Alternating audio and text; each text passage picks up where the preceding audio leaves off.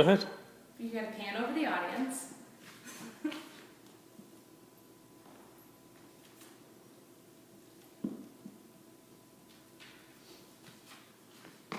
Alright. I remember it like it was yesterday. Being from the South and living on the Gulf Coast, having tropical storm warnings come very often, and it's pretty much like everyday life when you get a tropical storm warning. Unfortunately, everyone was wrong about Hurricane Katrina, and in 2005 it became one of the most destructive hurricanes to ever hit the United States.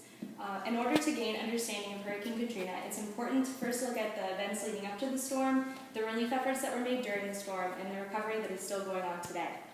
Some of you might be thinking, why should I care about New Orleans? Why should I care about a hurricane that happened almost a decade ago?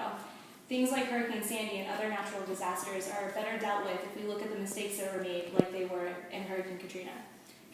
Being from the South and actually living in New Orleans, I became very interested in learning as much as I could about this destructive storm. So first let's talk about the events leading up to the hurricane.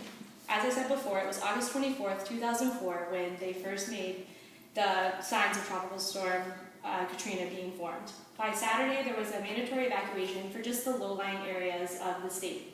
By Sunday, there was a first-time mandatory evacuation for Orleans Parish because the storm had grown to a Category 5. Over 26,000 residents still didn't make it out of the city and were moved to the Superdome in order to have a makeshift shelter. If you guys can look at your handout, you can see where it says Lower Ninth Ward and Ninth Ward. That's how they're divided in New Orleans. And the little strip of blue is the canal, but where the first levees were breached at 7 a.m., about 4 hours after landfall. By 12 o'clock, there were up to 20 feet of water in some areas, including, if you look on your map, you can see Mid-City, Tremé, and also the Lower and Upper Ninth Ward. Martial law was declared in New Orleans during this time because there was many reports of assaults, lootings, and shootings also going on in the city.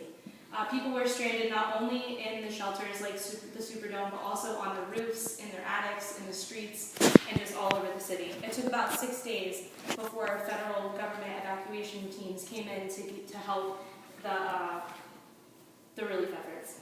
So now let's look at the destruction so we can understand the kind of relief that was needed for the city.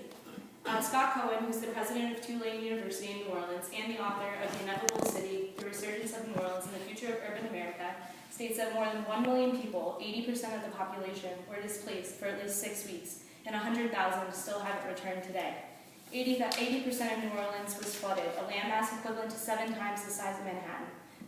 The storm caused 22 million tons of debris, which is more than 12 times the amount of the 9/11 tragedy, making Katrina the most expensive natural disaster in the history of the U.S. So what is being done to immediately help the people after the storm?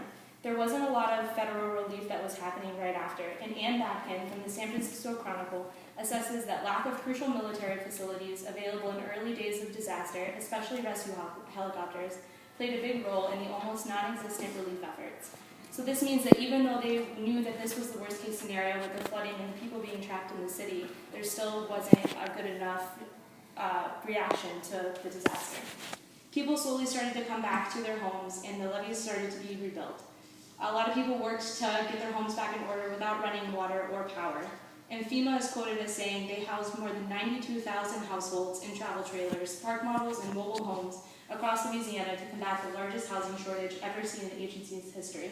The last temporary home was just evacuated in 2012, 7 years after the storm.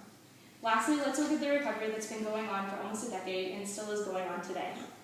9 years later, there's still 43,000 blighted properties in New Orleans, which is the most out of any city in the country. And FEMA actually had to reanalyze their disaster plan in order to make it more substantial and better for natural disasters. People also began to get more substantial amounts of money from the government and were able to start rebuilding, and now New Orleans is becoming one of the most traveled in tourism industries in the country. And the Travel Major magazine ranks New Orleans as the #2 city to visit in America and the #10 to visit in the world. So I want to leave off about how important it is to know the events leading up to the storm, the relief efforts, and the recovery and understanding of Hurricane Katrina. New Orleans is full of rich culture, vast history, and it's important to make sure that we rebuild and restore it to its full potential. I want to end this on a high note and give you guys some quotes from celebrities about New Orleans. The late James Gandolfini says, "I love to live in New Orleans. I love the freedom of it for the good and the bad. Nicolas Cage has said, "I have a love-hate relationship with the city of New Orleans, which is the best kind." And Chris Rose, who is the author of Dead in the Attic, Post-Katrina Stories, and a longtime resident of the city, says that as bad as it is here, I'd rather be here than anywhere else. So, thank you guys so much.